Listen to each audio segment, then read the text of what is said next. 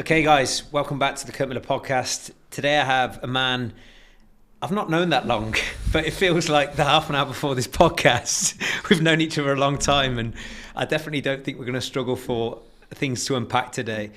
But one of the goals with the Kirk Miller Podcast is to bring on people with fascinating stories, whether it's from the sporting world, the business world. Simply put, people who I feel have performed at the highest level and have something unique to share to listeners.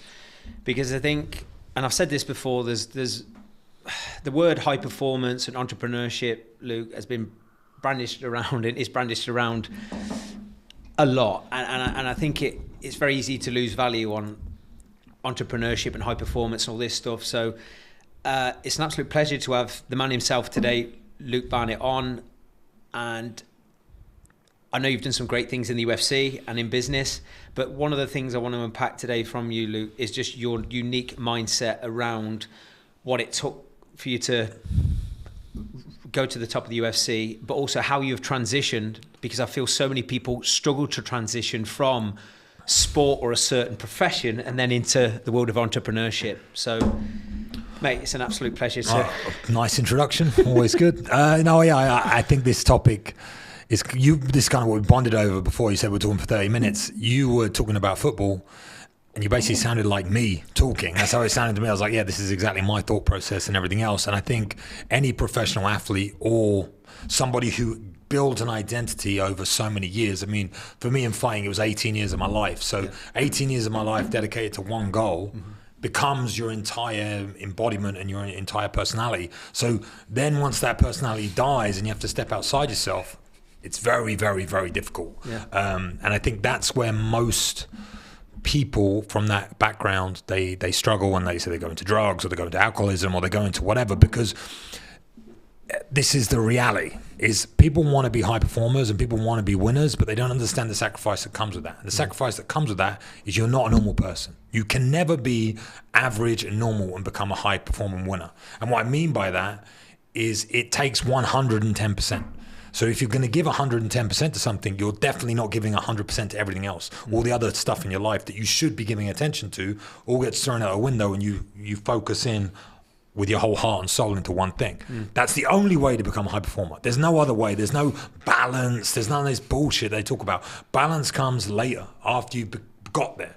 And I think a lot of I do a lot of talking, a lot of this sort of stuff, podcasting, everything else. And for young men now, I get that question asked a lot. Like, it's like, forget balance, find the thing that you want to do and just go all in at it, which is what you did, it's what I did. And then the transfer later is a different skill set. And that's where a lot of people struggle, but it's a completely different skill set. But it's much better to be uniquely fantastic and good at one thing than to just live a normal life forever. At least then once you've risen to the top, the transfer part is difficult, but it's easier than getting there.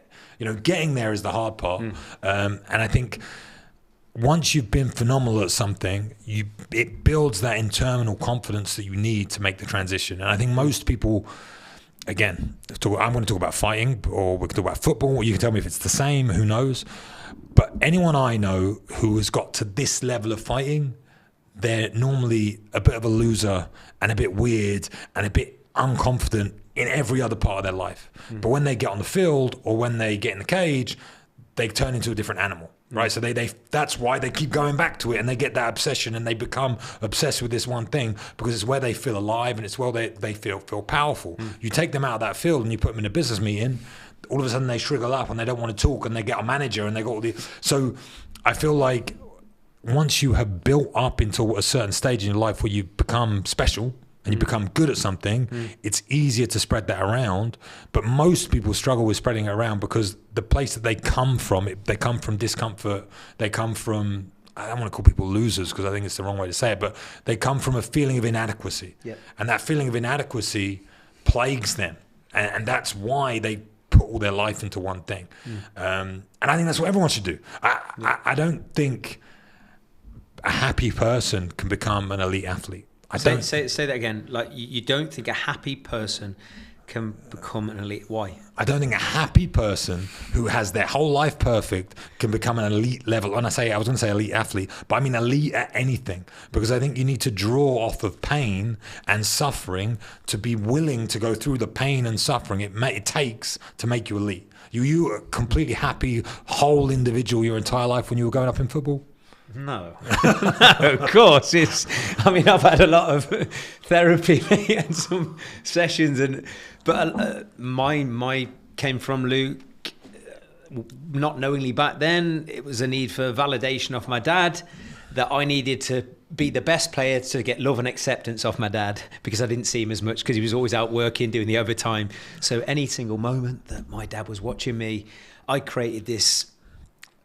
You talk about pressure, so much internal pressure, but that was a positive for the majority, to be the best player on the pitch, because my dad's going to clap and he's going to smile more. And exactly, and so I got two brothers, and I always talk about this as the effect. Yeah. So that was the way you internalized and externalized the relationship with your father, and you ended up turning it into something great, which was a fantastic life and career in football. And another thing, actually, I got told by, and I'm sure I can't wait to squeeze your story out.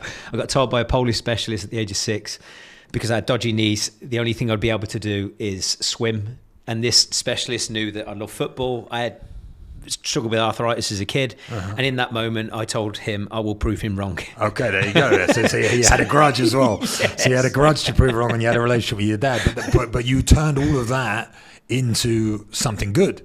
For the majority. Yeah, for the majority. When I say something good, you elevate yourself in that specific field, if you want to call it that. There's always that story of the drunken son, right? The drunk son and the millionaire son, and the drunk son. They go, "Why are you drunk?" "Oh, I had a bad relationship with my father." "Why are you a millionaire?" "I had a bad relationship with my father." It's like, depends how you convert that energy. You can either convert it into something good, or you can convert it into something bad. Yeah. You could have said, "My dad doesn't love me. He only cares about me when I'm doing something. Fuck him. I don't want to spend time." Blah blah blah blah. Yeah. You could have said, "I got arthritis in my knees. I'm going to play pool." I don't know, whatever. Yeah. But you didn't. You went the other way, and I have that because, like I said, I got two brothers. Yeah. And we all had the same upbringing. I had a very, very good upbringing. So how many you had two brothers? You had any sister? I got one half sister, but didn't grow up with me. So I got two brothers that grew up with me in the same environment. And my older brother became extremely successful in business. Yeah. My younger brother is very free spirited, traveled the world, blah, blah, blah, blah, different kind of energy, put it that way. Yeah. And I became a cage fighter. We all have very different paths, and it's all just how we internalized our upbringing. That's all it was, and our problems. So that's how I kind of look at it now. And you said retrospectively, when you look back at it, you understand why that's something. I think it takes a lifetime for these kids out there now that are struggling with whatever they're struggling with. It takes 15 years, 20 years just to figure it out. And as long as you funnel that pain or that discomfort or that unlove or not being loved or bad feelings or whatever it is into something positive, and you use that bad energy to do something positive, and I'm not saying become a cage fighter or become a footballer. You can do whatever you want. You could be an artist. My dad was a photographer. Yeah. That's how he funneled his pain of his disappointment from his father was into art. Everyone has their own thing. And I think once you realize that everyone has something going on and you're not alone, you just have to funnel it into the right part of your life. It just makes it a bit easier. I don't know. But again, I didn't know that as a kid. I knew that retrospectively now as an older adult. So I want to fast forward, and then I want to rewind back, Luke. For those who don't know who you are, give people a little bit of an overview on your career in the UFC, also what you're doing now in business, and then we'll backtrack on how you got to this place. Oh, okay. I always try and describe myself as a entrepreneur who got sidetracked by mixed martial arts. So when I was 16, I launched my first company, which was a watch company. I was working for a company called Aldiani, which used to import and export from China all over the world, which sounds easy now, but back then we didn't have the internet and we didn't have whatever those websites are, which I can't remember, but the import-export from China. So I used to do it as an industry, and I decided to launch my own company, and I got some watches, and I used to go around to little shops and try and sell them. That was at 16? I was at 16, yeah. We went all right. I made a couple of quid. They were cool. They were rubber watches with like reds and gold and green, like luminous outside. They were cool. It was cool. It was called Rude Ape. It was pretty cool. Where did the inspiration come from that? Because not many people do that at 16. Again, my dad, I think I was very raised, my dad was an entrepreneur in his own right. It was in photography, but he was still an entrepreneur. He was a rock photographer, one of the greats, if you want to call it that. He used to take pictures of AC/DC, Led Zeppelin, all of these huge bands.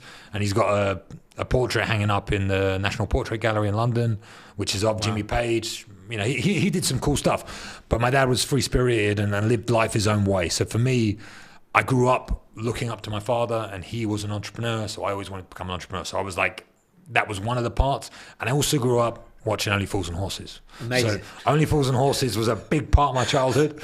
Unbelievable. And what did they do? They don't make it the same anymore. I'll tell you, they do not. And what did they do? They used to sell shit to people on the streets.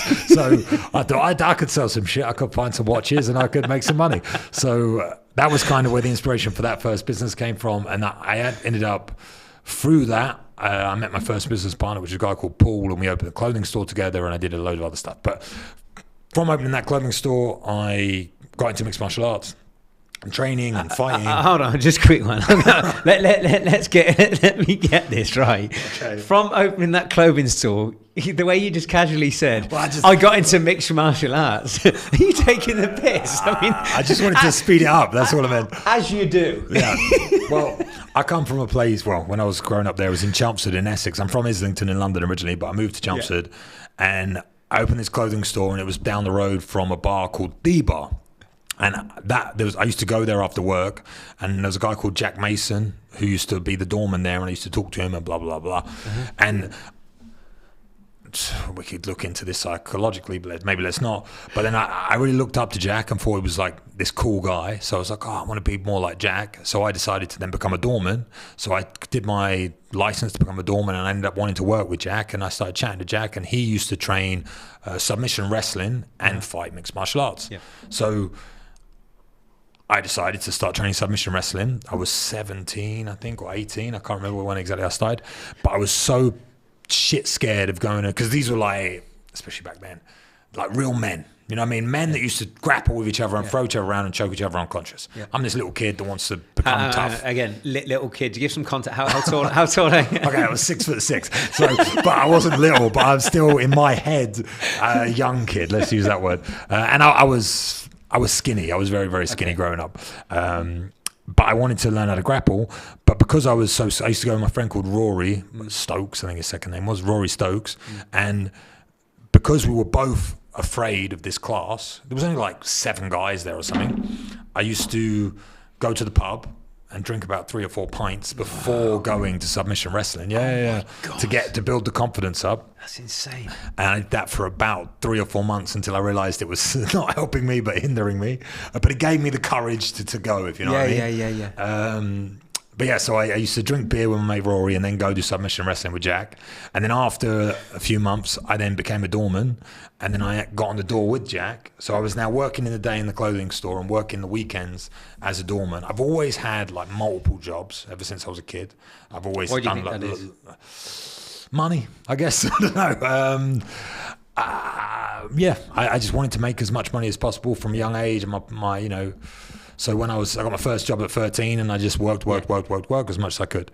But yeah, I did the clothing store was a business, but it wasn't making crazy money or anything like that. So I had to make more money. So I thought, I started as a glass collector, then I was a barman, then I worked in restaurants. I thought, who makes the most money? Doorman. So the doorman used to get paid the best hourly wage out of anyone that worked in a bar. Okay. And they get the most pussy. So I'm going to become a doorman. Pretty simple. And obviously I looked up to Jack. So we ended up working together at this place. And then I challenged this guy to a fight because he was 5'10" and I was 6'6". And although I'd wrestled with him and I knew he could beat me up, I whatever. So then he took me to a gym in Cambridge called the Tsunami Gym.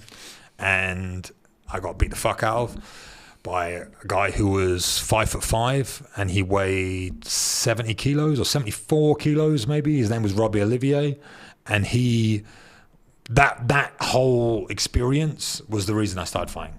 Okay. Because again, I was a big tall guy, big ego. 17, 18 at the time maybe? I was 18, 19 I think by this point. Yeah. And I was like, I'm going to beat the shit out of Jack. I'm going to go in there. I'm going to do my thing and da-da-da-da-da. And again, the same as every dickhead kid that you know right now who thinks they can fight, that was me. I couldn't fight. I had no idea how to fight. Okay. But growing up, I was the the big guy that used to kind of beat up the bullies. I don't know how to explain it, but that's kind of... If my mate got bullied, I would always be the one. I'm not saying I always won the street fights, but I'd get in the street fights. So I used to think I was a bit cocky. I was a doorman, I was a tool, whatever. So I had that attitude, and I went to a mixed martial arts gym in Tsunami, which was a proper MMA gym, and it got eroded very, very quickly when this like I said, 5'5", 70-kilo guy battered me, and I mean, like, embarrassed me. And I remember driving home after that session. I still remember it now, and I was so fucking embarrassed. You have no idea. Like, my spirit had been broken, the whole cockiness, that I was like exposed, and I just thought that I cannot walk around this planet with knowing that 5'5", 70-kilo guy could just jump me and beat the shit out of me on the street. I just couldn't do it. So I remember saying to Jack, he used to train, I think it was Tuesdays and Thursdays in Cambridge. So it's like an hour and a half drive away as well. I used to say, I'm going to be here every Tuesday and Thursday, and I'm going to go training with you. And he went, okay, fine. Like, he didn't believe me. Okay. Jack didn't talk to me much at the beginning because I was an annoying little fucking kid. And I showed up every single day, 30 minutes early, to go to this gym for like 6 months. And after the 6 months, I remember him turning and looking at me going, you're still here? Because those 6 months, all I did was get beaten up. Like, every session got beat up. And he expected you to cave, sure. Yeah, 100%. He had so many people like me. I want to be a cage fighter. Talk the talk, come, do it for 3 weeks and disappear. Yep. I didn't miss a session. I was there every day. I started training Mondays, Wednesdays, Fridays, Saturdays back in Chelmsford. It like became my whole entire identity.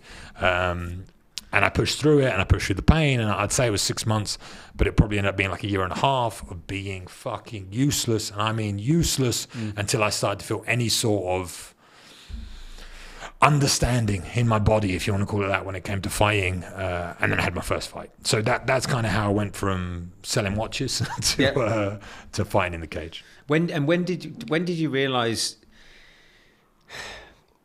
you were a little bit different? Obviously, you said for a year and a half, 2 years, you've been beat the shit out of. When did the switch flick where it's like, in fighting? Yes.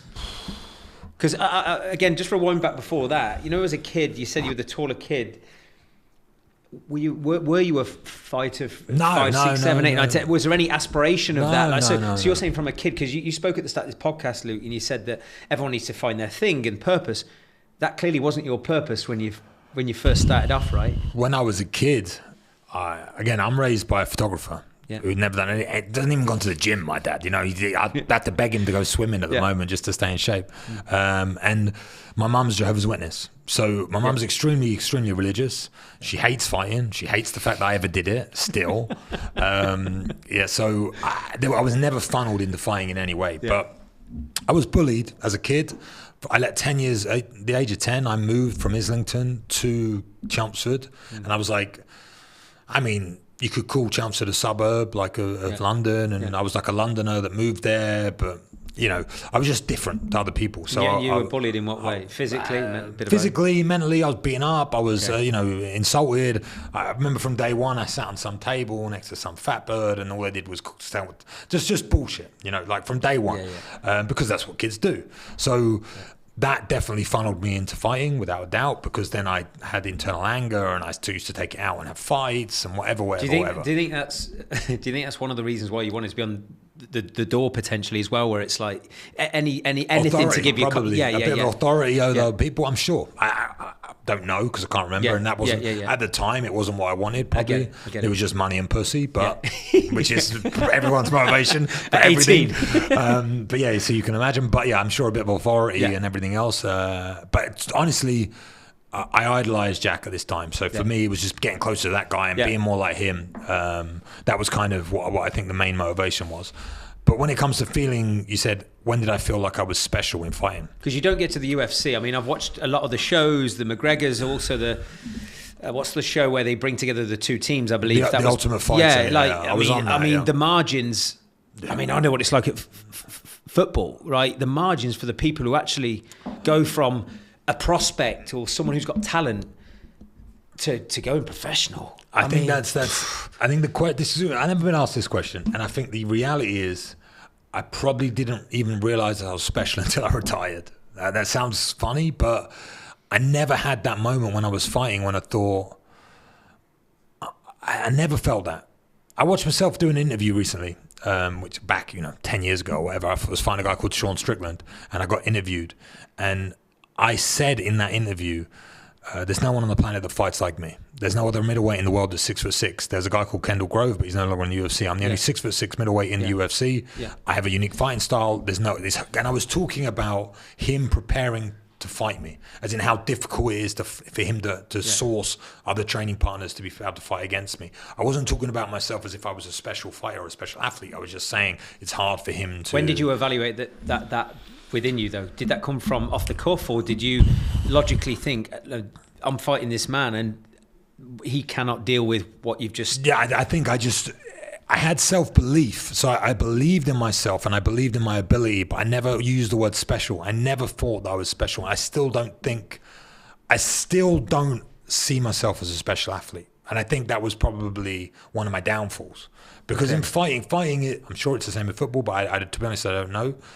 Fighting is extremely mental and it's a game of confidence. Yeah. I always talk about fighting as a game of energy. And everyone's seen Dragon Ball Z when they do the Kamakumaka Kai or whatever the fuck it's called. And there's like two beams of energy going against each other and fighting each other. That is what fighting is when you get to a certain level, I believe. And that comes down to your inner strength and your inner confidence, or your chi, if you want to call it that. And it's like, I used to go into fights feeling unbeatable and going in there and having this like dominance and that pure persuasion over the situation, let alone the skill set and everything else that you need to cultivate. But that is the most important thing. And I think that's the difference between the elite level and the lower levels, is that self-belief that you cannot be beaten. But how do you create that? Because you didn't have that at 10 when you were bullied, and you didn't have that at 17 and 18 when you're going on the door. Like, how much of that self-belief for you, forget anyone else, do you feel was created by how you prepared, how you trained? Or I think for me, it was, I don't want to say 100% because it's probably not, but it was a very, very large percentage. For me, it was, I always used to say to myself in my mind that, and it was because it was a fact, I have done everything I physically can and mentally can to prepare for this moment. Yeah. So if I'm going to prepare for a fight takes between 3 to 6 months. I mean, 3 really, like that's fight camp, but you have the rest of it, right?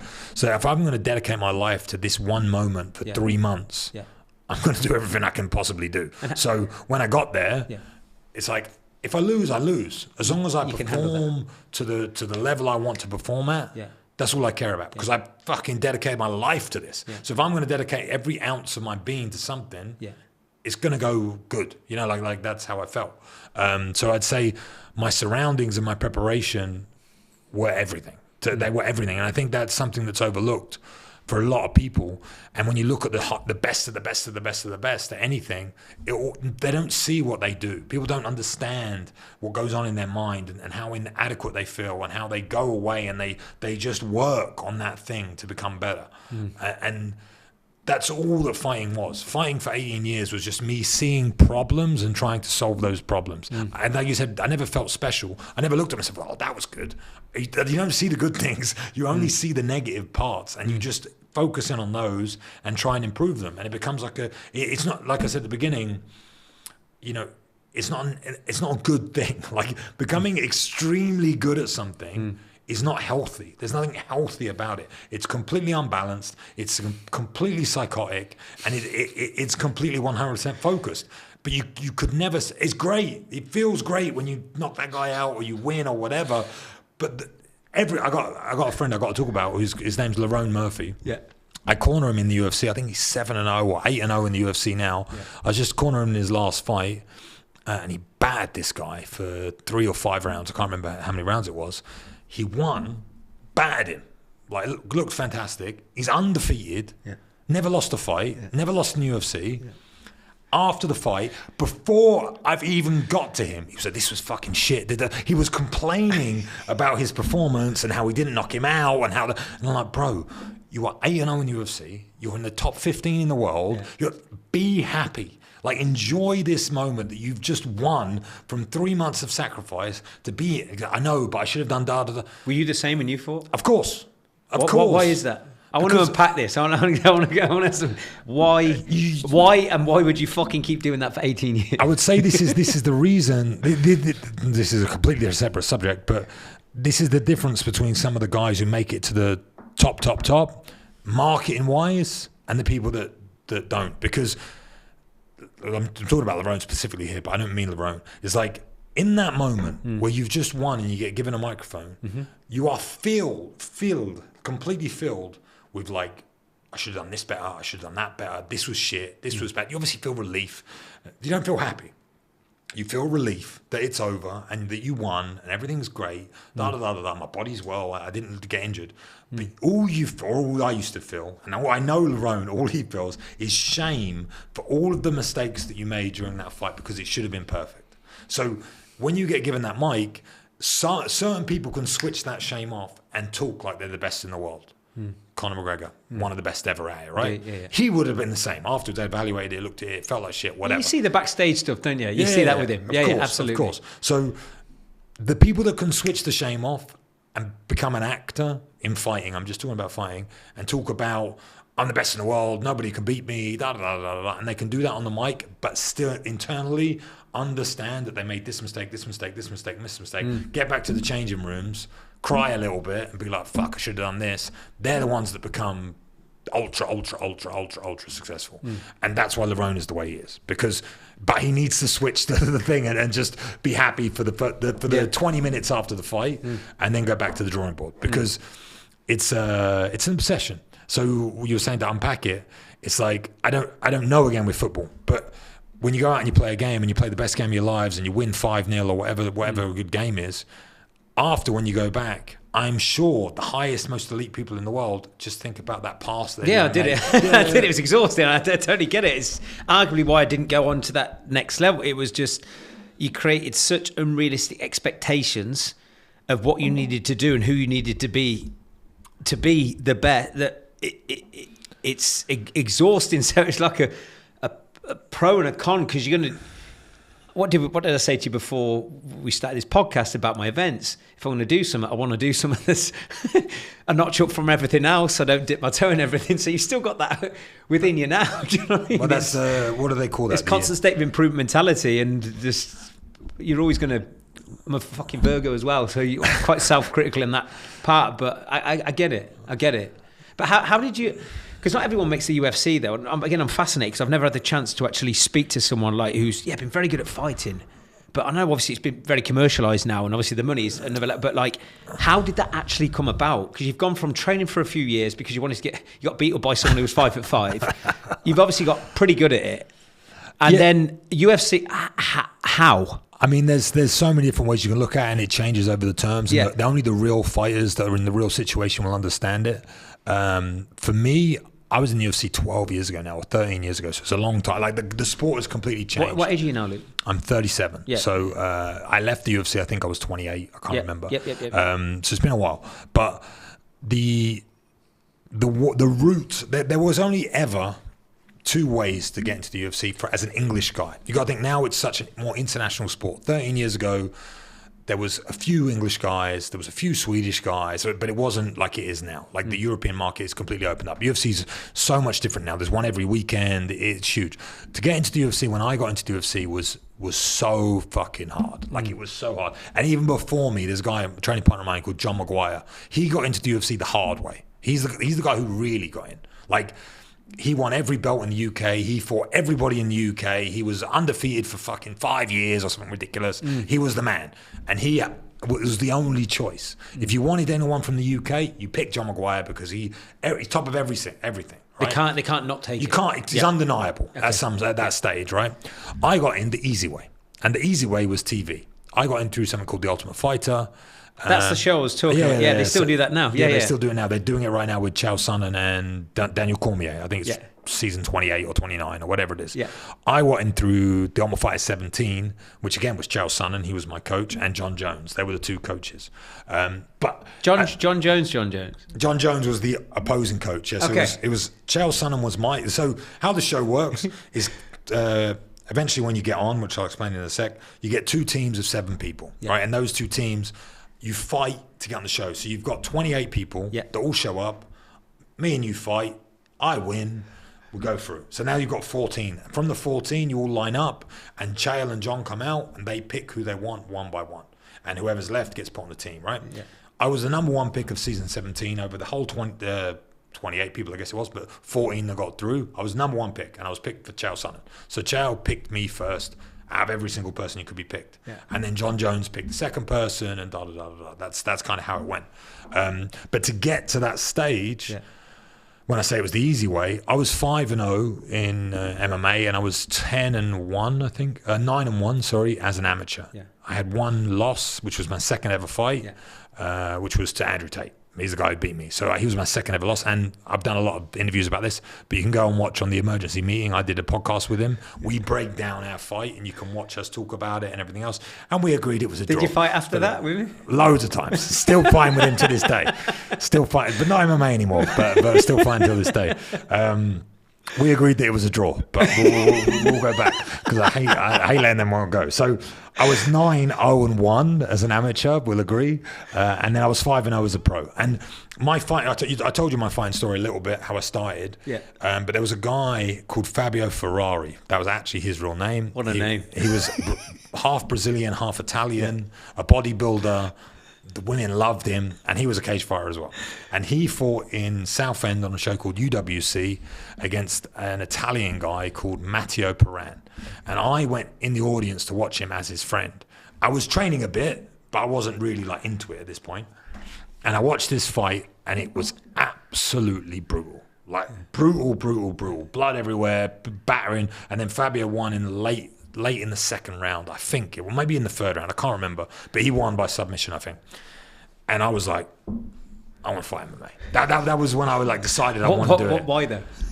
I just what specifically? Because it's fucking psychotic. You just people, cause you couldn't fucking pay me to get in a UFC ring, by the way. I mean, boxing, no problem.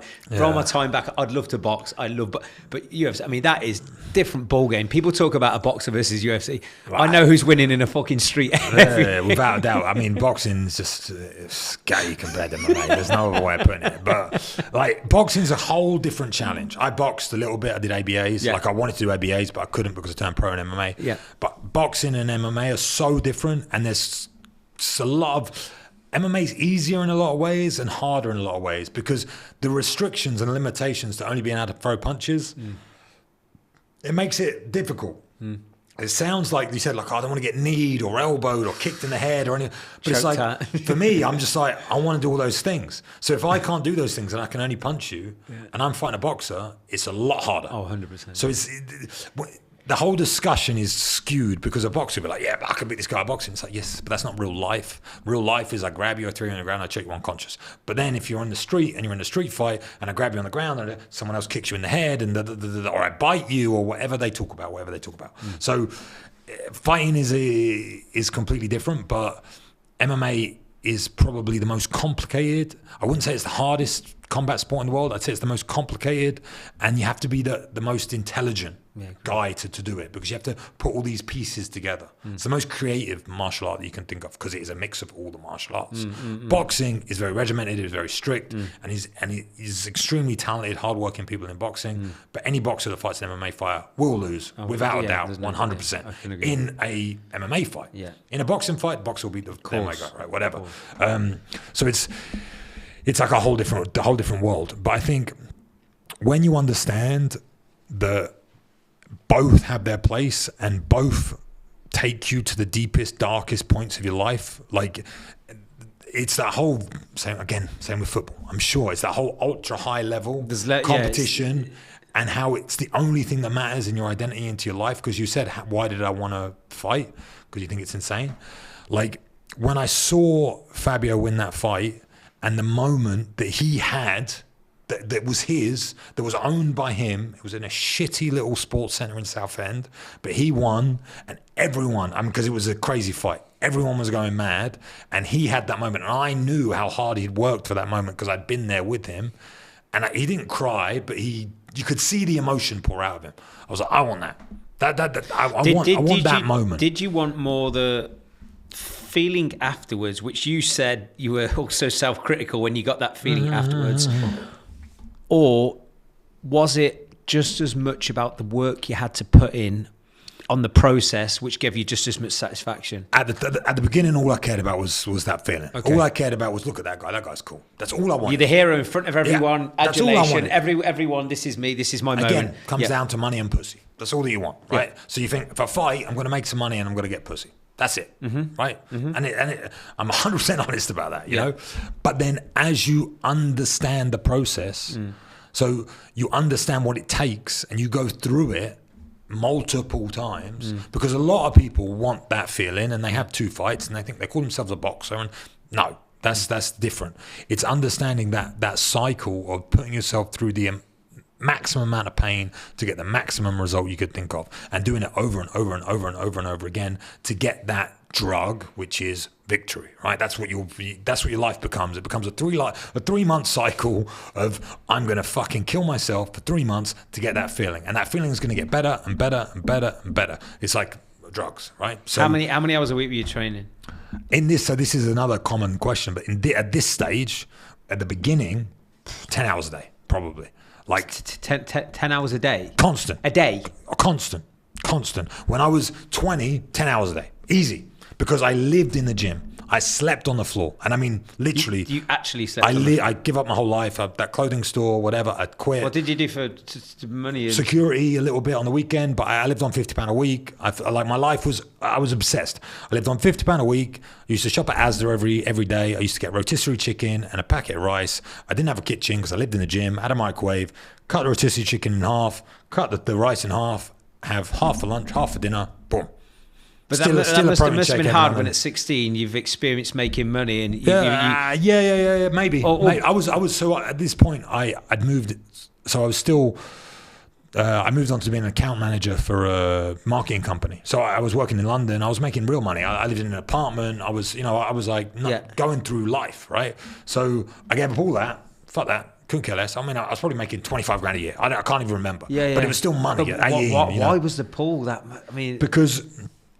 But does it come back to what you said at the start about there was just that purpose and that drive to do something that scared? Like I believe, and I've this again, retrospectively looking back or whatever, and I talk about the whole idolizing Jack, and then I mentioned Fabio, and there's John, and there's other people.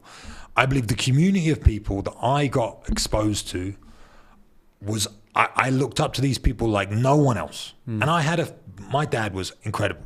My dad's my hero.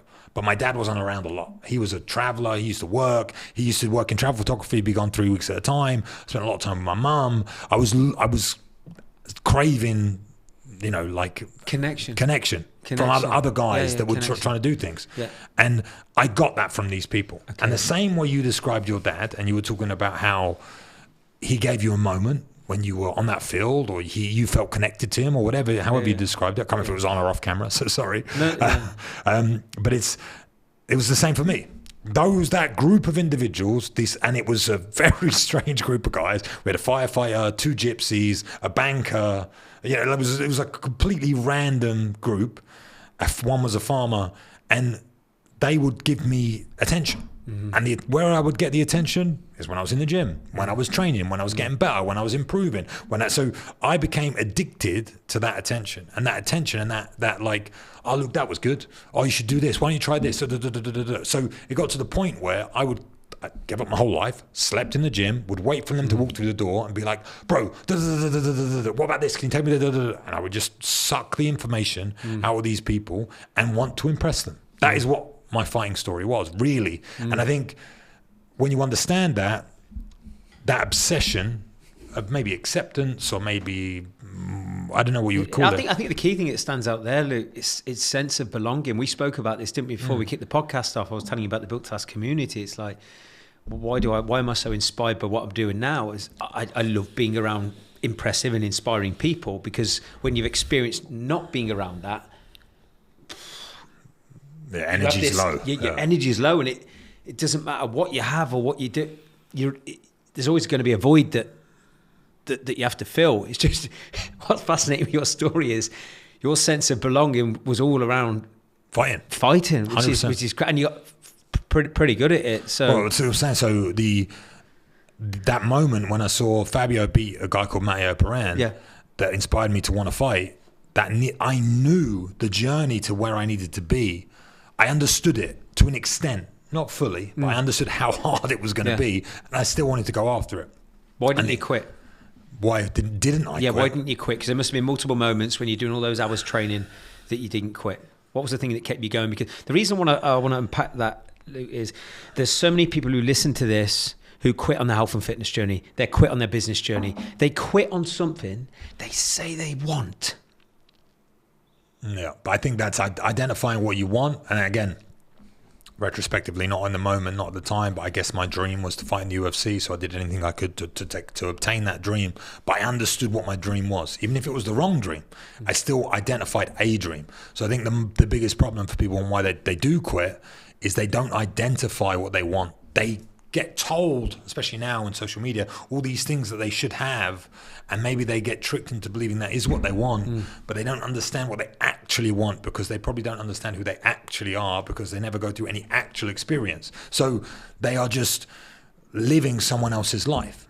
That is what I believe 90% of people are doing. They're not living their own true life because they don't experience anything. So they just wake up and they do as they're told for their entirety of their lives.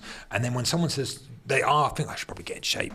But why? Why do you want to be in shape? What's the reason? And the reason should be, in my opinion, freedom. Freedom should be the reason for everything, in my opinion. But that's just my own whatever, how I wire my brain.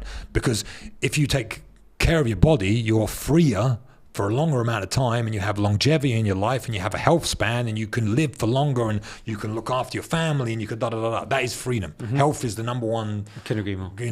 Part of freedom. So if you want to be a freer individual that can do more for longer, have more focus, have more energy, have more time, have more whatever you want to call it, getting in shape is the number one thing you should do.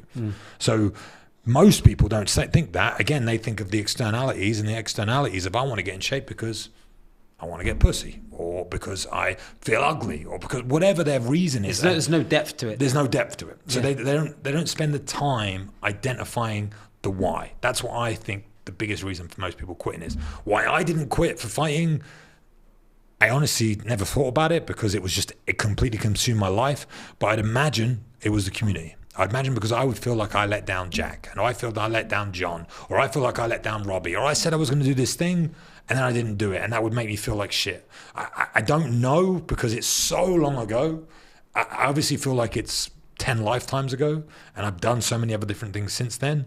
But that's what I would say it was. I would say it's because I would feel like I'm letting down my team. That's probably what it was. Which I think there's a huge takeaway in that. How important is it for those people that say they want to get in shape but can't get in shape, or say they want to build that business but don't do the things needed to build that business, to be accountable to something or someone that means something to them? Yeah, I think it's hard. I think it's hard when you start something new, because the people you are surrounded by normally, when you want it, let's always getting in shape's the easiest one. If you want to get in shape and all your mates are fat, they don't want you to be in shape. So when you're trying to lean on your community and say, I want to stop eating so much, or I want to stop drinking, or whatever it is, I want to start training 3 times a week. If you have a friend that goes, I'll train with you 3 times a week, it's so much easier. But if you have a guy, why would you do that? That's a waste of time. Then it's so much harder, right? So I think evaluating the people around you. So again, when it comes to identifying the goal that you have and the why, what you want to do it for, maybe it's because you want to get away from your loser friends, because maybe your loser friends are the ones holding you back. That is the case most of the time. Especially in business. We talk about fitness because it's easier, but in business, that's normally anyone who's been through the journey as you have and I have. When you get to a certain level, everyone looks around you like, I wonder what he can give me, rather than, he's done good, I want to help him, I want to da-da-da-da-da. They're not positive, they're like, they want to take. So it's when you take that step outside of your circle, people either try and drag you back in, or they try and take from you, or subtract from you, or whatever. And it's understanding that the people around you are going to help you achieve the thing that you want. So if you're going to get in shape, obviously, if you've got 5 mates who are in amazing physical shape, it's going to be easy. Yeah. You lean on them, you work out with them, even if you go to the gym with them, and which is what I'm doing at the moment. I'm going to the gym with this absolute monster, and I'm just following his training just because it makes it easier for me. I ain't got to think. I go in there, I just put the weight down half because I'm telling you, this guy's a monster. And I just lift and I feel great. Yeah. And again, there's that community aspect. It makes life easy. But if you don't have that guy, that's when it's hard. When you're trying to be that, what they call it, outlier, or someone outside of the you're trying to be different. That's when you need coaching. That's when you need a different part of the community or whatever.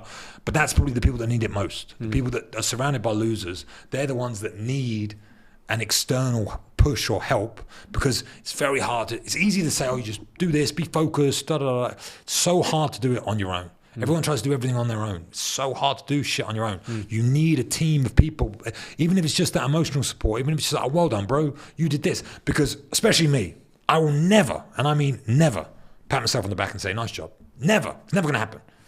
But my mate might say, oh, Luke, you lost a bit of weight, well done, mate. I'll be like, yeah, but I should have done this. It's just who I am.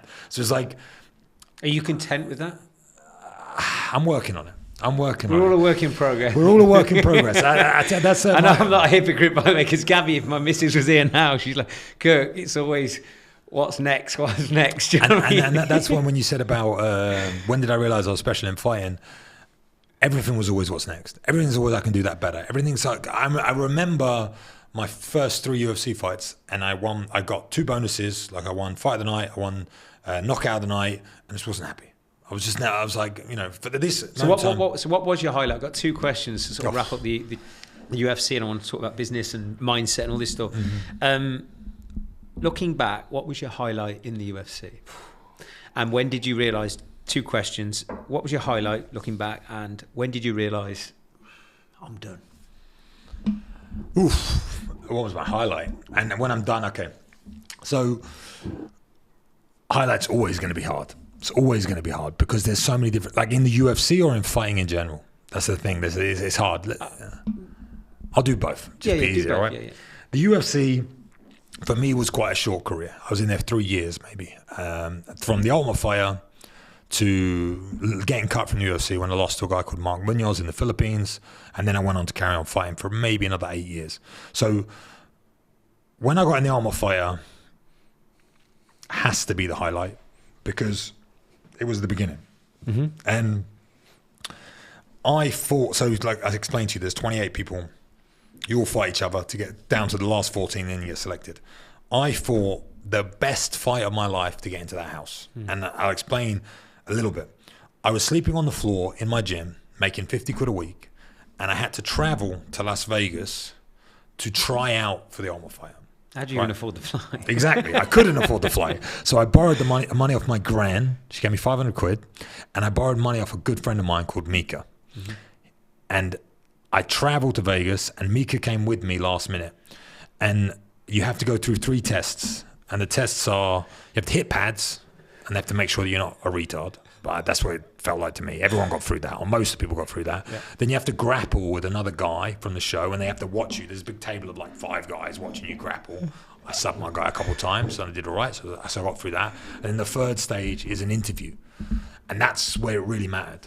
And I will never forget, and no one, you won't understand or anything like this, but I know from watching The Ultimate Fighter, they select different characters from different places. It's a TV show, right? Yeah. So I was one of the only, it was only middleweights, and there was me and a guy called Johnny Phillips. And Johnny Phillips, it was a Welsh guy who was a monster. Yeah. And I mean a monster. He was I think he used to box for Wales, or he was a very, very, very high level fighter. I'd watched his fights. He was like 18-6 or something. He had a huge record. I was 5-0, and he was hilarious. I mean, he was like, it still is. He's a great guy. Super. I had some many amazing nights with him since then. But we both tried out. Yeah. And I was like, well, they're going to pick Johnny Phillips. Like, this, I'm done. You know, it's not going to happen. And I went to this interview, and I sat down, and there was like three people or 4 people sitting at the desk. And then one guy says to me, well, you're an ugly fucker, aren't you? And I was like, I can't remember what I said, but it was obviously smart because I didn't take it like on my, whatever. I'm pretty sure I said something about shagging his mum, but I can't remember exactly what it was. And lads banter. Yeah. And I had a little bit of banter, and they thought it was funny. And Gary DeFranco, who was the guy who ended up running the show, or he been running the show for a long time. Me and him got on, and I could just tell I smashed it. Yeah. And I left.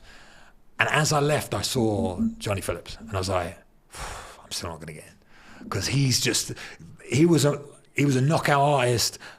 I just watched him fight in Bama. He's a monster. So I go back deflated and feel like crap.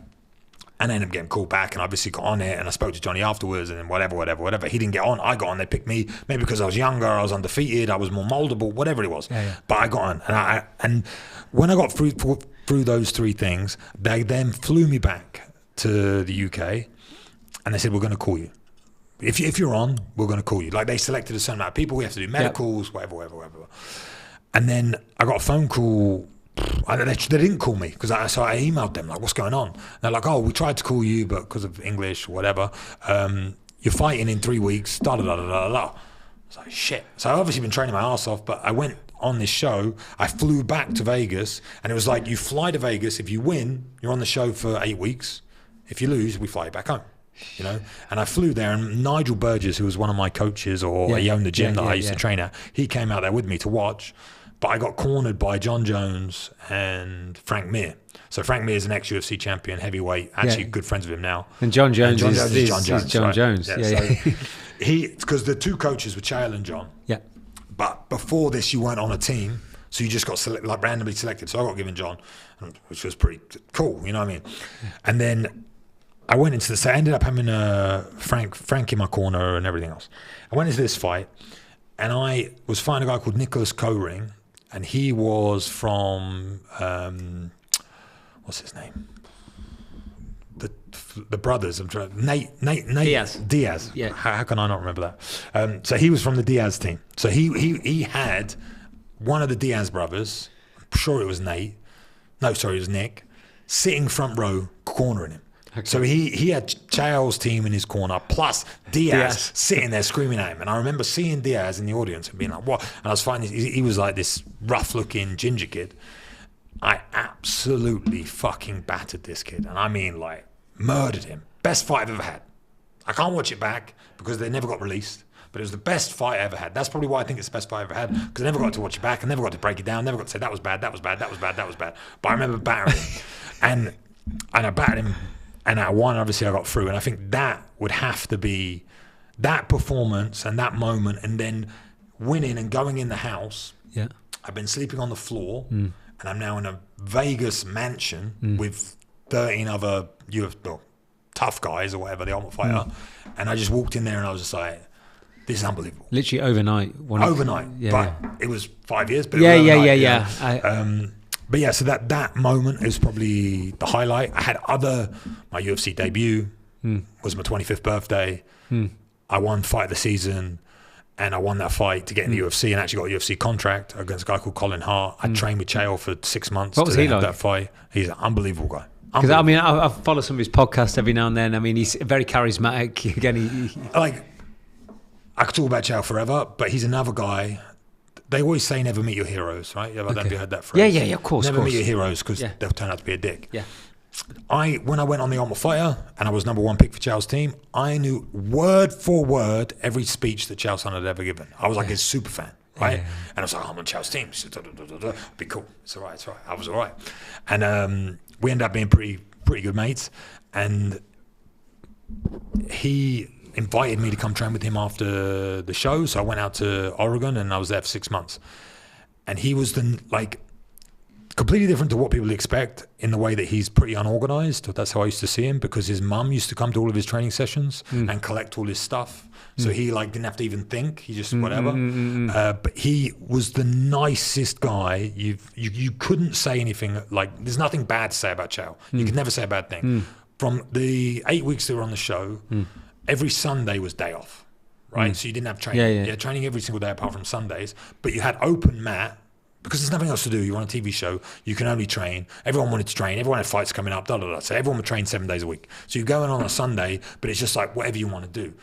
And every Sunday, Chael came to training and trained with the other guys, the other team, and just was there. And he was at every single training session. He never missed a training session. He was there for everybody, every single time. He's now the coach of the Ultimate Fighter. I think he's doing it the third time. He's the only guy to ever coach it 3 times. And there's a reason, because he's phenomenal. He's a phenomenal guy and very, very helpful. John Jones, on the other hand, never turned up on a Sunday. I never got to train with him, never got to speak to him. That doesn't surprise me based off some of the stories. He showed up to a lot of his own team trainings, drunk and hungover and whatever else. Very, very different characters, right?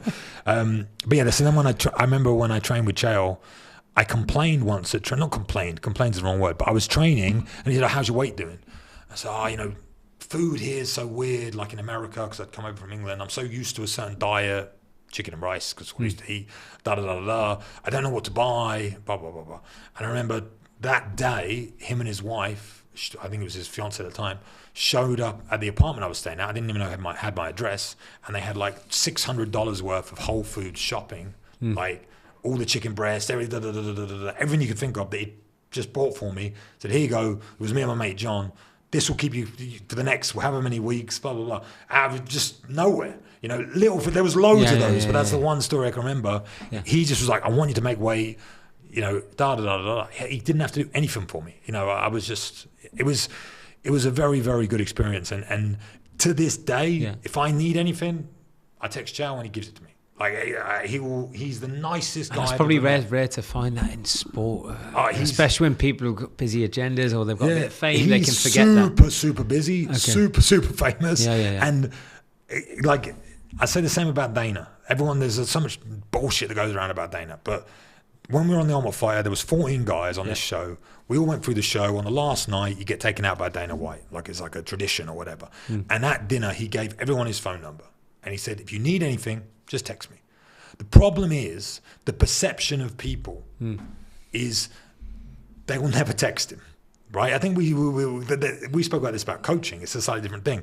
But you get given Dana's number, you think, he's just doing it as a whatever. I text him straight away. Well, this is Luke's number, blah, blah, blah, blah. Then when we went to the finale, again, this was the wrap-up of the show. So we went out and we partied. It took us to some strip club, had a good time. Different story, off mic. And we then, I don't know how many weeks later it was, it must have been 6 months later, we had the finale for the Ultimate Fighter, which is when I was fighting to get my UFC contract. And everyone from the Ultimate Fighter for my season was fighting another guy from the Ultimate Fighter. So there was, apart from Tor and another guy, so there was 12 of us, all from the Ultimate Fighter that hadn't seen each other in 6 months, all in Las Vegas for UFC Fight Week. And I remember texting Dana saying, I think it's a great idea that we get all 12 people together to watch the last episode of our TV program that was on the Tuesday night. So sick idea, I'll sort it. So I hadn't spoken to the guy for 6 months. I never spoke to him anyway before that. And he like sorted this thing out. We all went and watched fights together, had a great time. But that like built a little bit of a relationship with Dana. And I remember when I texted him the idea, I just got my per diem. This might show my bit of my character. It's changed since here. But in the UFC, you used to get something called a per diem, which is like food for the week. So you check in on a Tuesday and you leave on a Sunday. So I can't bother to do the maths. Let's just say you get $100 every day for food. Okay. So I had like $500. So I'll give him $500, for example. So I give him $500 in cash. First thing I do is I go take it to the casino, change it to chips. I get $500 in chips, and I go to roulette and I put it all on black. And I'm why? Because I'm in Vegas for the first time. It's I'm going to have a good time. And if I double, I double. So the moment I put this $500 down, I get a phone call, and it says on my phone Dana White. So my heart is pumping from this bet. You got to remember, I live on £50 a week. So you just bet your whole food money. Yeah, exactly. I get this phone call and I pick it up and I'm like, you all right? And he goes, I thought it was a really good idea what you come up with. And he's talking to me and all I'm doing is looking at roulette.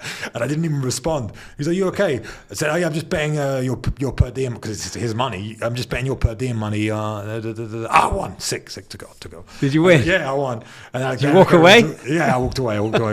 So I made that £500. But it was funny because I was on the phone to him and when Dana rings your phone and you're a fighter, it's like the king ringing you. You know what I mean? Yeah. And I was like ignoring him because this spinning thing. But then, so then on the Tuesday we had this thing or whatever. And it was, with Dana,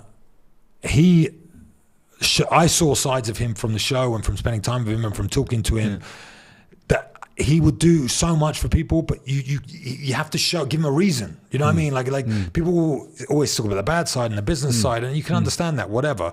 But to me personally, even to this day, I message him on Instagram, he responds. Okay. You know, it's like he has time for everybody, is what I'm trying to say. Same with Chael, because you said about people, how busy they are and everything else. If Chael and Dana, if they give you their phone number, it means something. Okay. It's like, you have contact with me. Yeah. You can talk to me. Okay. And I've seen that, the reason I bring it up, is I've seen it with certain people through my life. Like, if they're willing to give you their information and you message them and they respond to you, they'll always respond. If the ones that don't, never do particularly well in life, I believe. Why do you think that is? Because this is interesting. This will pivot us to business, like, because what screams out there is integrity and also authenticity. The authenticity, integrity. Like I'm not just. They have that authenticity. That's what I'm trying to say about Dana and about Chael and these people.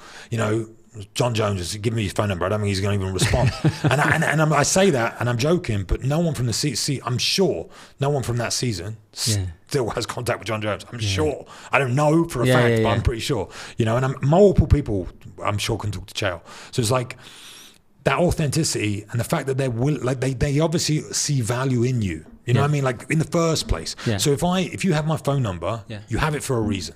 So if you have it for a reason, people that are smart in business understand that life is long, and having connections and people all over the world who can do, you know, you do it from a selfish place, but you do it selflessly. It's like, I'm going to give these people my time because who knows?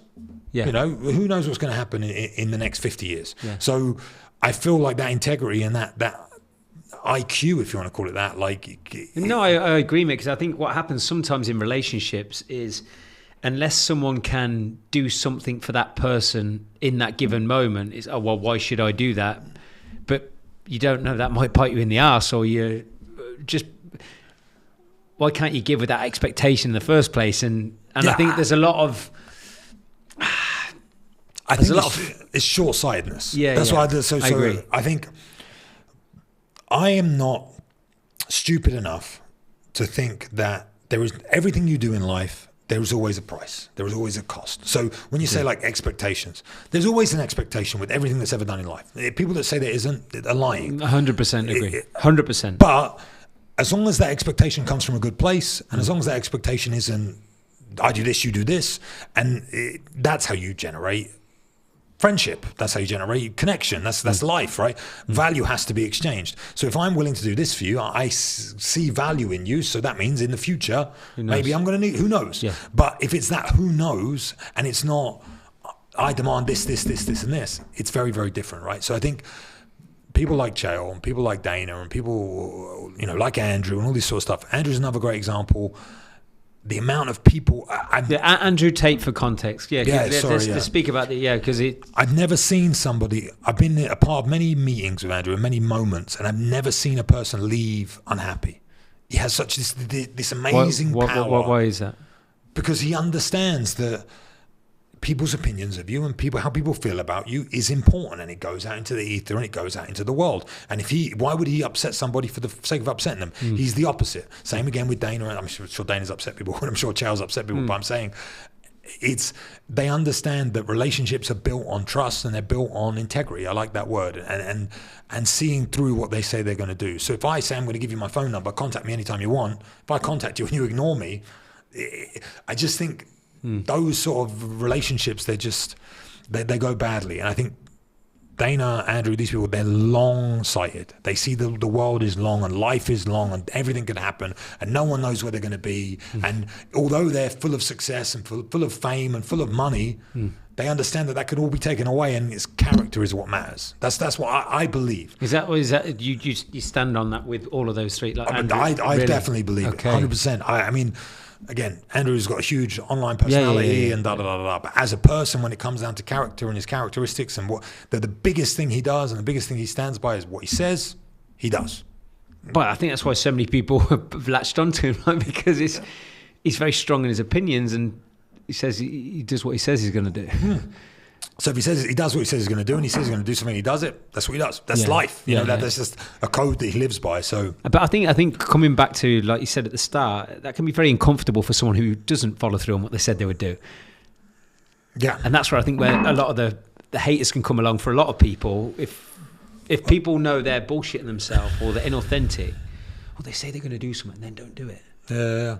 Often they're the people that will look at those people who do follow through. Look at them, they're this. Because they're short-sighted. Again, I honestly, I think one of the biggest advantages to my life since fighting, we talk about, because we were going to talk about transitioning from that life into to this life. Yeah. I think it's being long-sighted and looking at life over 100-year span, not looking over life over a year. And what can I get now? What can I get out of this? Yeah, but I think it's an even bigger problem now, though, Luke. Right? We spoke about this beforehand. People just want the quick. They want the quick win in business. They want the quick win in physical shape. They want, because there's so much bullshit out there saying you can achieve X yesterday.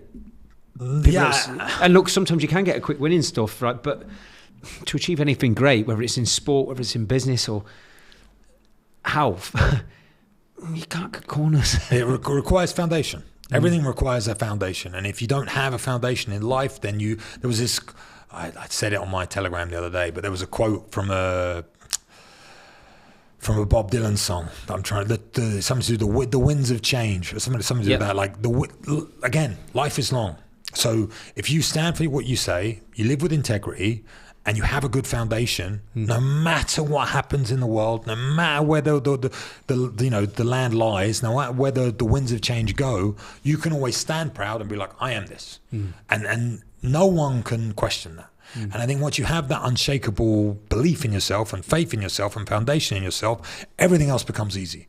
But if you skimp and lie and say you're going to do something and don't do that because of this, because of that, then you just become this guy that becomes a chameleon that has to change in every single situation. And yeah, okay, sometimes you have to change your outlook and you have to change things and reevaluate and become a different person. But to constantly have to change who you are, it's exhausting. It's not real. It does, and you might get a big win, and you might do something quick, and you might make a load of money, but it doesn't fulfill you. It doesn't last. It doesn't help. That just becomes a problem. And that's what people don't see. And I think that's what the younger generation struggle with, because they haven't really in this day and age had to work for anything at this point. Most people, the hardest thing they do in their life is they get a degree, even if they do that. That's most people. And that's not difficult. No.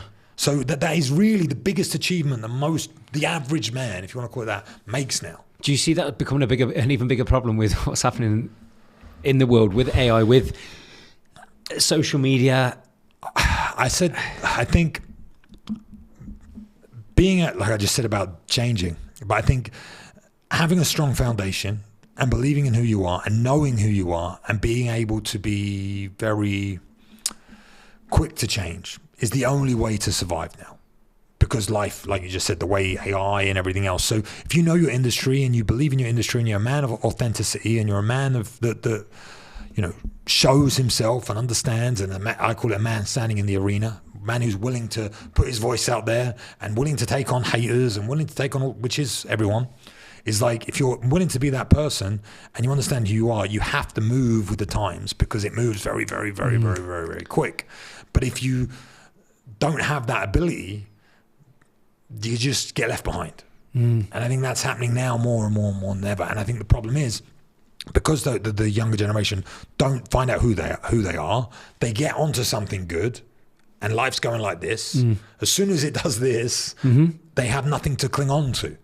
And we talk about identity. Like, if their identity is attached to money, which is the only identity really now left for young people to attach to, because that's kind of consumerism is how the world has moved and gone.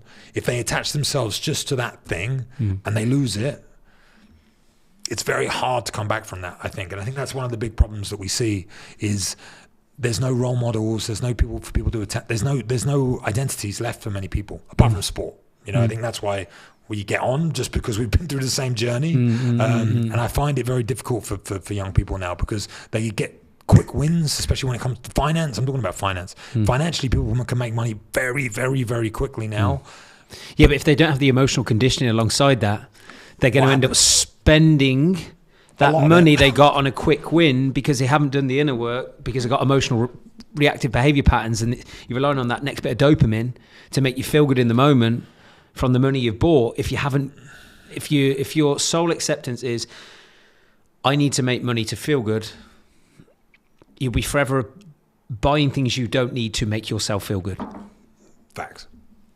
Yeah, and that's why I think most people are in that lives now, and I think the reason they're in that life is because young people have been exposed to the life of millionaires through Instagram. Yes, and they all, because they didn't have that. Life. I'm a little bit older than you, but there was none of that. Listen, do you think I would sleep on the floor of a gym for 2.5 years if every single day I opened my phone and I saw some guy in a jet and some guy in Mykonos or wherever? It destroys the brain. Yeah. It destroys the ideology of work hard, then earn your result later. They just think about result. So it's very hard to explain. It's so hard to explain the phenomenon that's going on now with young guys that are just chasing money because they see money every day, all the time, constantly. When I was broke, making £50 a week, I didn't see money. I didn't understand what money was. And it's good and bad. Don't get me wrong. Because once you see it, you can identify that this guy can do it. How can this guy make money 100%. And I can't make money? Yeah. Like you can then move towards something different. But the fact that I never even saw it just means I got on with what I was doing. And as long as you found a focus, and it was easier to find a focus, I believe, because there was less distraction. Yeah. But that's still the only way to find a focus is to find it and not be distracted. Yeah, right? And put yourself in the arena multiple times. Yeah. So you left. So wrapping up your UFC career, your fighting career. What age did you fully finish fighting, and then what did you do next? Because you've got this thing you've been doing for a number of years, and we spoke about this before. It was the same with me with my football. No matter what other people say to you, you still have a decision on where am I going to take my life now, and what am I going to do? Who am I? What happened then for you? I mean, the who am I question, it was a hard one. It's a hard one for most people, and I think listen, football. You can talk about football and your identity being in football and struggling to leave that and playing a little bit too long, or maybe playing at a lower level, or becoming depressed because you can't compete the same way you used to be able to, whatever.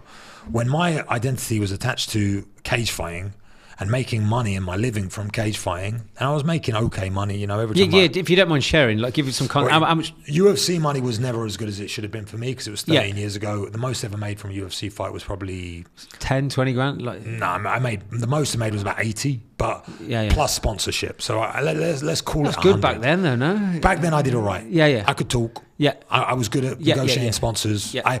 I closed a lot of sponsors over the phone, which most people can't do, especially as a fighter. So I did okay. That's where the 16-year-old selling the watches. Yeah, exactly, mate. Yeah, that's fucking exactly. Come back to it. that was it. Only fools and horses. But yeah, so it's having that ability definitely made me a bit more money. But I didn't make great money in the UFC. In my entire UFC career, I know for a fact how much money I made from fighting, not sponsoring for that. It's like 150 grand. Yeah, which is nothing. Yeah, and all the hours and the sacrifice. Nothing. But it gives you but the resilience as well, though. Surely, so if you can make money, if you can be content with that by putting all that work in. You give yourself a good foundation. You talk about putting the hard yards in that a lot of people aren't prepared to do now. You've got fucking backbone grit and resilience, and there's so many parallels in sport that you need in business. 100%. And that's exactly what gave me the foundation I needed to then move forward. Leaving the UFC, I made better money because I was fighting in Russia. Yeah. I actually fought in Italy for a few fights, and the guy overpaid me way too much. But whatever, So I did all right after that. But what I'm saying is, when I was attached to making money through combat, I then, at a certain point, got to, and this is another thing, without guidance and blah, blah, blah. I left the UFC at 28, right? 28 is very young. Yeah. But for me, my career was over. Yeah. I left the UFC. I had 5 more fights after that. I won all 5, and I got offered to go back to the UFC. Okay. At the same time I got offered to go back to the UFC, I got offered a fight against a guy called Mamed Khalidov, who was ranked 8th in the world. Yeah. That Mamed Khalidov fight and the arrogance that I have, I was like, for me to get to a top 10 guy in the UFC is going to take me 3 to 4 UFC fights. Yeah. UFC fighters are the best in the world. I could just fight Mehmet Khalidov now, beat him, go back into the UFC at a top 10 position and make more money. For Mehmet Khalidov, got knocked out in 21 seconds. That dream disappeared. Okay. So my UFC return, which I could have had, dissipated with that. But once that happened, that's when I should have retired. Okay. Just so you know. Like that's the moment. When Khalidov knocked me out, that's when I should have been like, fuck this. I've had a good run. Yeah. Did pretty well. Yeah. I continued for maybe 6 more years, right? Maybe not 6 years, but 4 years. So I was 29-ish about that time. And when I decided to what I'm trying to say is I had to decide to feed my family through combat. I got married at this time. I had a kid, one kid and second kid on the way. And I was making 50 grand a fight. Basically, more or less, maybe less, maybe more, depending on the fight, but let's just call it 50, right? So if I'm going to go to Russia and I'm going to fight 50 grand, I'm going to feed my family for a while, like back in the day. So I could continue doing that, or I could give that up completely and start this whole new journey, doing this whole thing that I haven't got a fucking clue, right? That was my choices. But if I continue doing this, which is the easy path, fighting became my easy path. I'm going to get brain damage. I'm going to hurt myself. And I realized very, very quickly, I went from middleweight to light heavyweight because I wasn't as dedicated. I moved out to Spain. I've been here 10 years and I was training myself. So I didn't have a coach. I was just training myself and fighting these animals in Chechnya and wherever. They're eating bears. Kazakhstan and everything else. But I luckily, fortunately, however you want to look at it, had the self-awareness to understand that it wasn't the best way for me to make a living. Yeah. I could definitely make the same amount, if not more, doing something else. But it might take me 5 years. That's kind of how I looked at it. I was like, I've been doing this for a long time. I managed to save up enough money to buy myself a little place. I got this little place.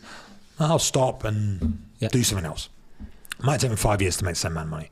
And I just went into PT. I had a gym. I opened up my own gym, so I had a gym, and that was making me a little bit of money. And I just went into personal coaching. So I became a PT. I basically quit fighting, became a PT, was holding pads every day. Yeah, I get it. And hated my life, basically. If I'm going to be truly honest. So this is where death, number one, happened, right? I mean, it partially happened when I got knocked out by Khalidov.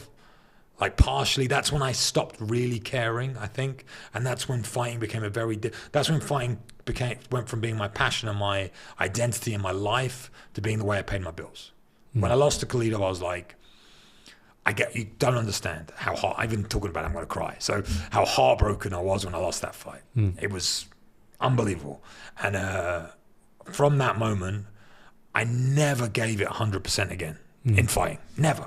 I could say I did and I would train and that, but I never gave it 100%. I never put everything on the line like I did for that fight.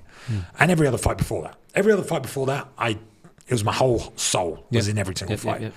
Then, Then I carried on doing it just for the money.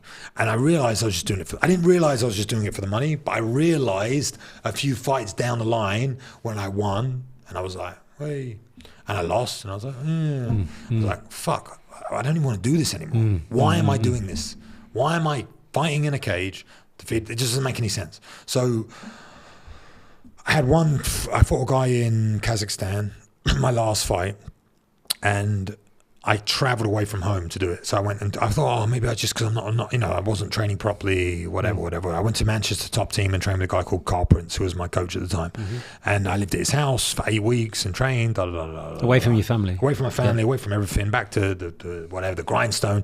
I hated every single training session, hated my life, was in my room like, what am I doing? Just thought, and I said to Carl, and this is when I said to Carl, listen, bro, win or lose, never fight again. Because this is not me. Like, I don't enjoy it. I was going to his gym and I was training and I was doing the rounds and I was sparring and I was doing it right. I was ready, kind of. And I remember I said earlier about like it's that energy. A fight is about an exchange of energy. Yeah. I was like a fucking dull light bulb going in there with technique, with skill, with experience, but I didn't have that ferocity. I get it. And I got knocked out in that fight and I was like, sweet, I'm done. I knew I was done. Now, how my personality is, that moment when I got knocked out, must have been 5 years ago now, I'm going to say about 5 years ago, I did not train mixed martial arts. I went from training every single day, let's say 6 days a week, minimum twice a day, minimum 3 hours a day, minimum, to I did not train 2 consecutive days at all, ever, until this day. I have not trained 2 days in a row of mixed martial arts since that day. Because what's the point? Why? This is how I looked at it. I have so much catching up to do for this career that I had in fighting. I have 18 years of combat. Yes, I'm fantastic at fighting. Amazing. But it doesn't help me in the real world. I've got to feed my family. So how am I going to do this?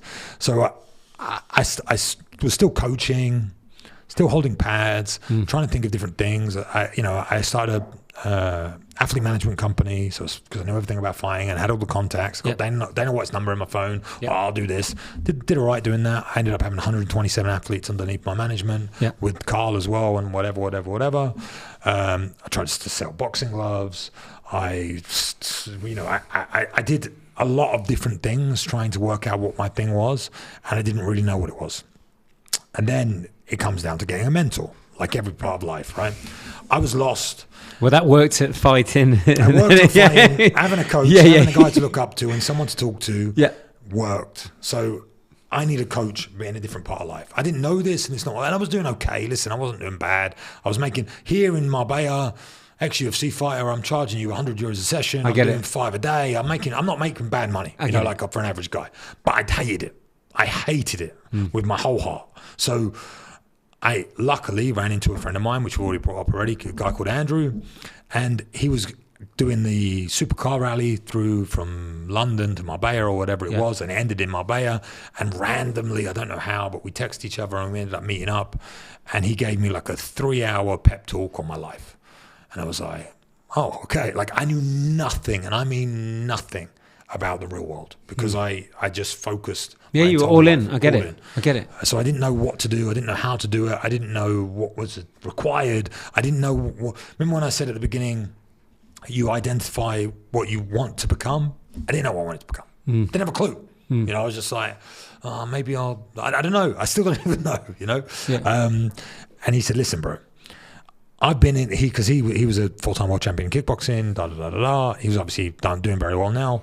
But he was like, I've been in your shoes. I've understood where you are. But what you don't understand is the life that you have lived is so valuable. Really? And why?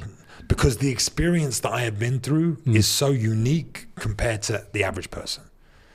And I was like, yeah, but because the only people I knew at this stage of my life, the only people I ever spoke to were fighters. I only knew other people that fought. I knew other people that did jiu-jitsu. I knew other people that do kickboxing. I don't know an average person. I never spoke to one, because why would I speak to an average person? What can they teach me about fighting? Nothing. So why would I hang around with some average guy? But on the flip side, how many fights can teach you about life and business? So it's like... That's why so many of them just keep carrying on and just going to get themselves hurt. Yeah. I mean, the list is... And this is another discussion, but the problem with fighting, big problem, is if you get to a good level and you're making good money, it's impossible to replicate that lifestyle that you are living outside of that game. Same as football, I'm sure. The amount of fighters I know, I could list them, I won't, that made plus $1 million fighting one fight and now are broke because they have no idea how to make money, no idea what to do with money, and they just, you live on a cycle. Right? I explained to you about, I got $500, I'm going to gamble at $500 and This is the cycle you live on as a fighter. Every 3 months I get paid, because every 3 months I fight, pretty much. Okay, let's extend it to 4 months. I get paid 3 times a year. Maybe that 3 times a year is 50 to 100 grand. To these guys, maybe it's $500,000 to $1 million. Whatever it is, you've got 3 months worth of money, you live on it, you fight again, you make that money again. So you live on this cycle of 3 months or 4 months, and you just get this big chunk of cash. You never have to think about money again. Training, fight, make money. So once that money stops coming, which happens to every single fighter on the planet, what do you do? This is the issue. Unless you become the elite of the elite of the elite of the elite of the elite, right? And the people I'm talking about in my head became the elite. They are the best fighters in the world. Not the best of the best of the best, not the, not the John Jones, but one step behind. If you're that guy and you do not know how to replicate that income, you are fucked, because Your brain is fried thinking you fly on private jets.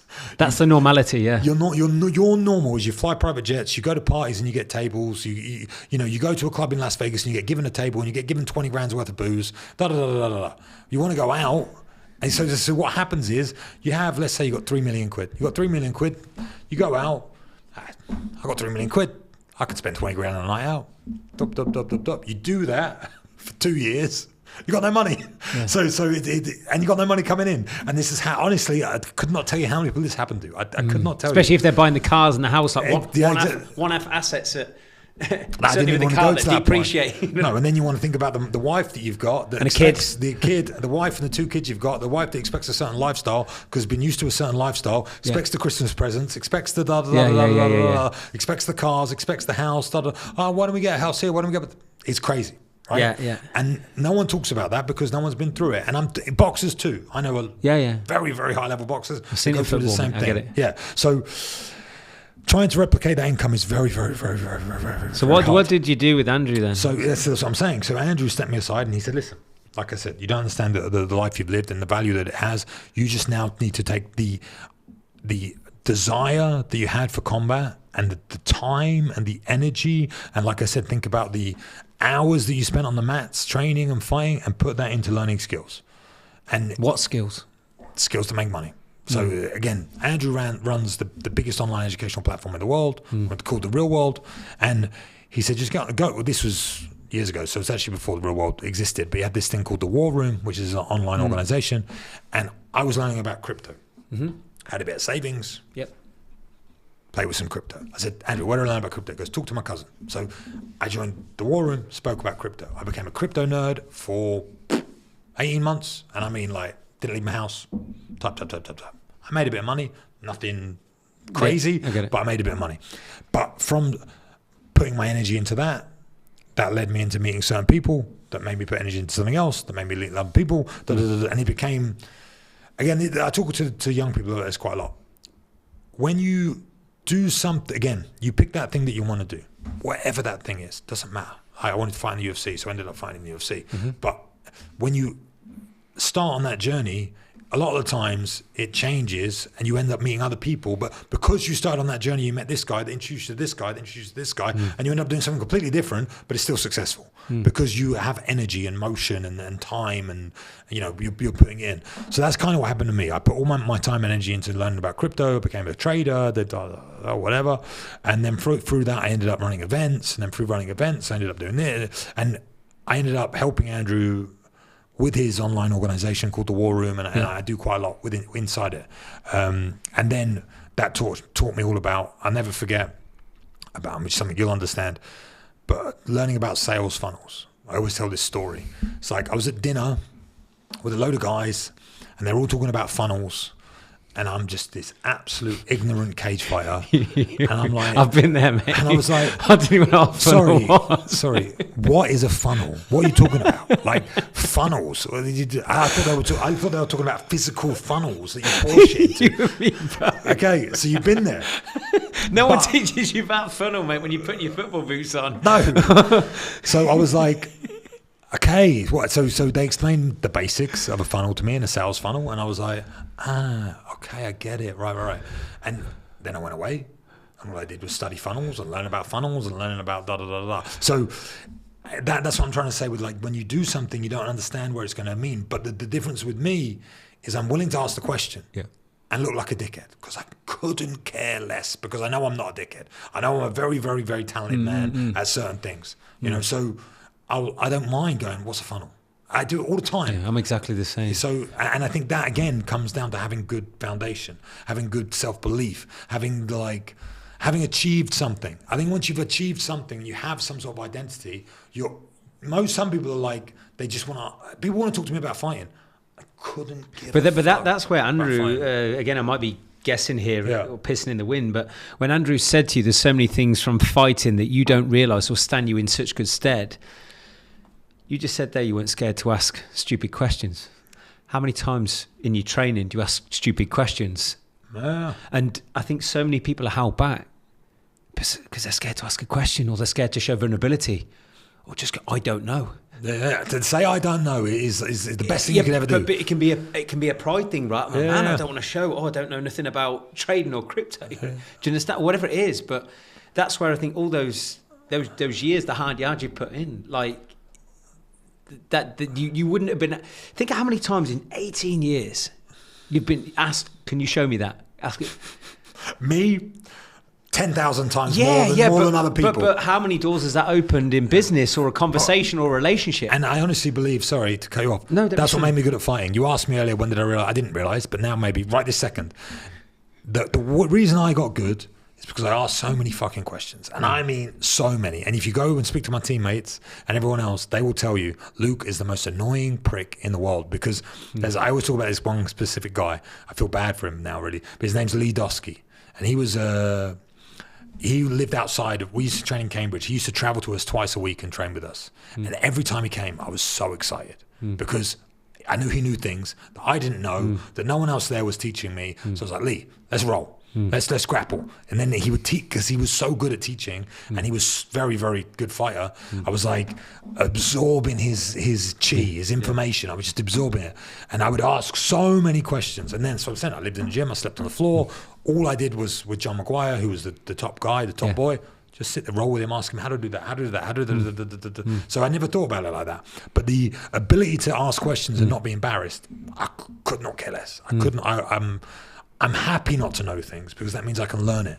So I just have that I want to absorb information, and I think that is a good. I never thought about it, honestly. So even on this podcast, I'm thinking like now that must. I'm a coach, so hopefully it's yeah. I see that now, because it's like that gave me speed, that gave me clarity. That's the reason I improved so quickly, and I improved more than other people, because I was constantly gathering information.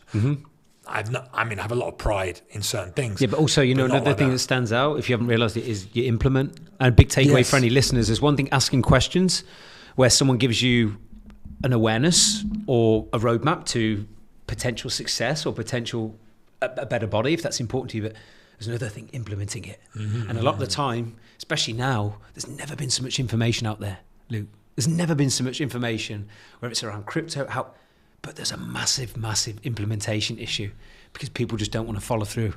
And that's where I think, and I've coached so many people, Luke, people who've done sport in the past at a decent level, that they're cut from a different cloth mentally. Sport teaches you so much, it's untrue, that I think is absolutely invaluable in business. Think communication, right? You're clearly a great communicator. Your energy is so infectious. Communication now, especially with AI and stuff around, like if you can't communicate what you are trying to get from AI or ChatGPT in person, what's your point of difference going to be? Yeah. Do you understand? And I don't know if it was the same in mixed martial art environment, Luke, as it was in football, but I mean, maybe this related to, your time in the Ultimate Fighter house. But I've seen so many great footballers fold when they're put in an environment of people, even though they were super talented, but they just crumble. I tell you a story about me crumbling. I think when I identified and realized it, and it comes down to Dana again, right? From that Ultimate Fighter thing, I asked to meet Dana. It was weeks and months later, when I think I was 2-0 in the UFC at the time. I said to Dana, "Can we have a quick chat, please, mate?" And all he is a man. It's all Dana White is. He went into another room, he called me in, and I was like, and I was so nervous. I cannot explain to you. I wanted to be swallowed up. I'd asked for the meeting, and I wanted to be swallowed up, because I wanted my next goal in life was to coach the Ultimate Fighter. That's what I thought I wanted to do.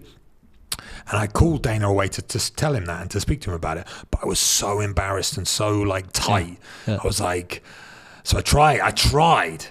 And then by the end of the meet, I think I'd be a good, I asked, and he was like, okay, bro. He was very relaxed. He goes, I think you'd be perfect. You could win a few more fights and we'll 100% do it.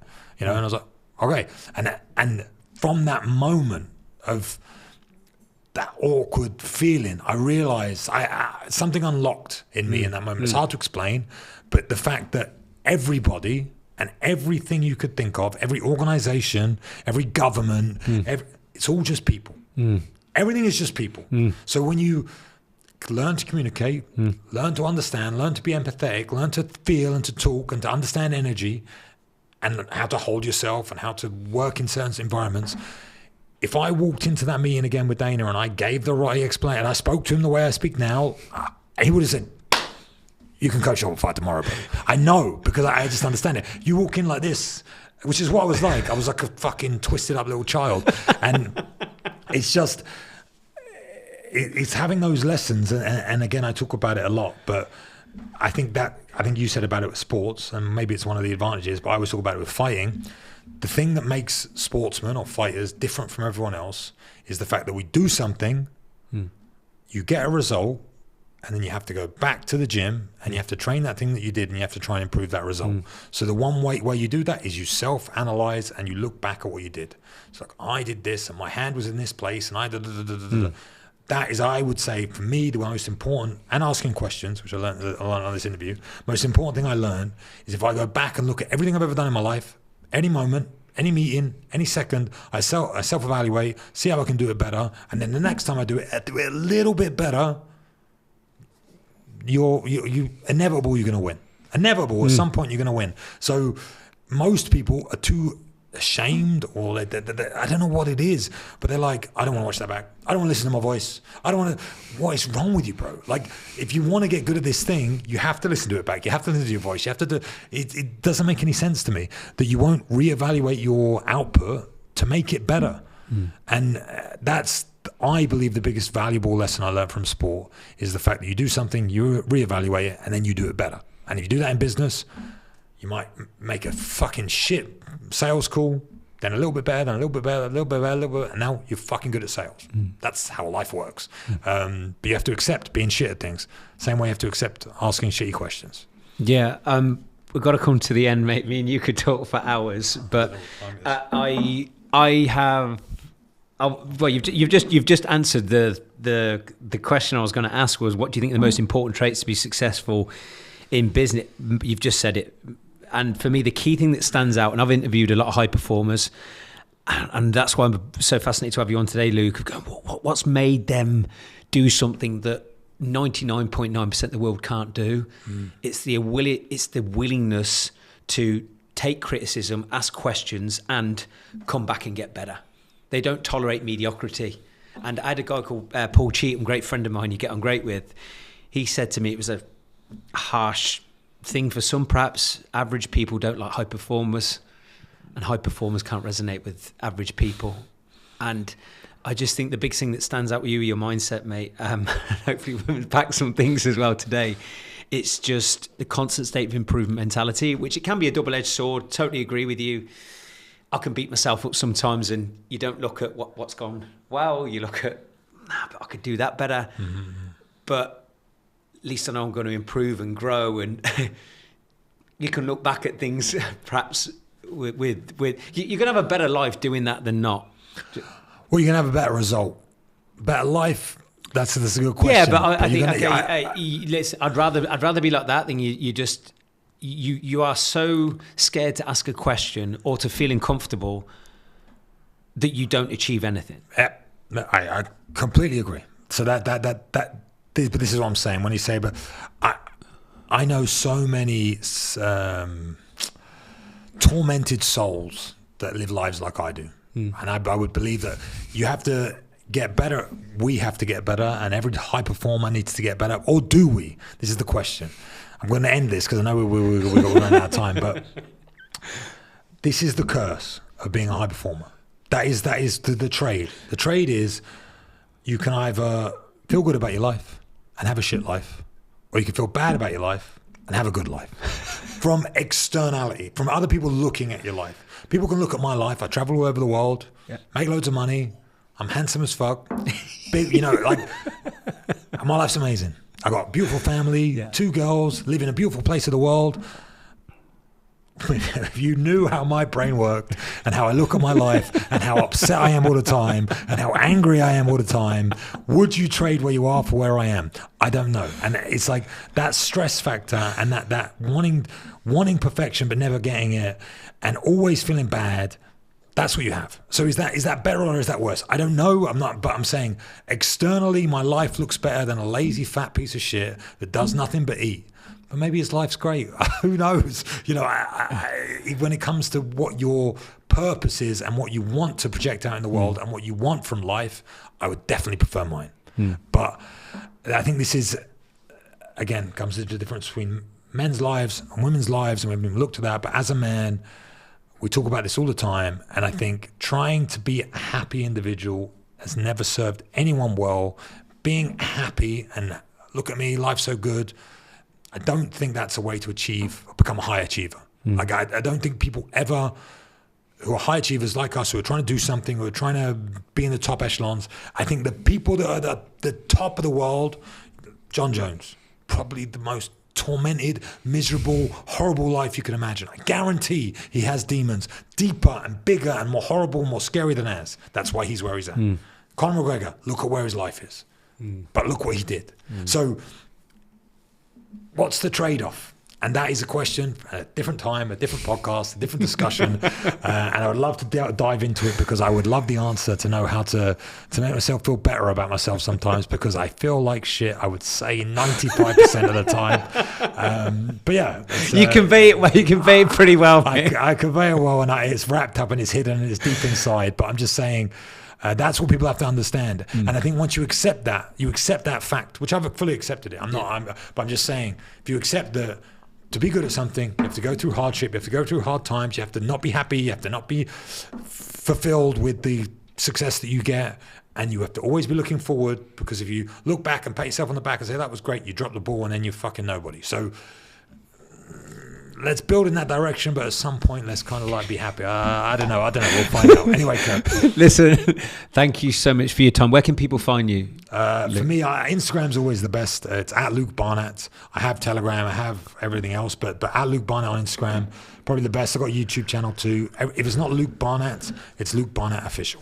And just lastly, in one sentence, what's your message to any man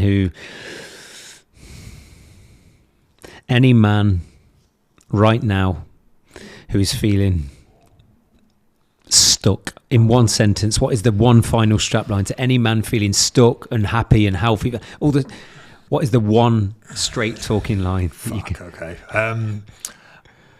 I think layering pressure through your life is the best way to success. So starting with something easy and ticking that box, and then moving on to harder things. So if you're in a bad place, or you're stressed, or you want to achieve something, the best way to do it is to write down basic bullshit that you need to get done, tick it off every time you do it, and then slowly make those things harder. And over time, like we said, from day 1 to day 365, your life is only going to get better.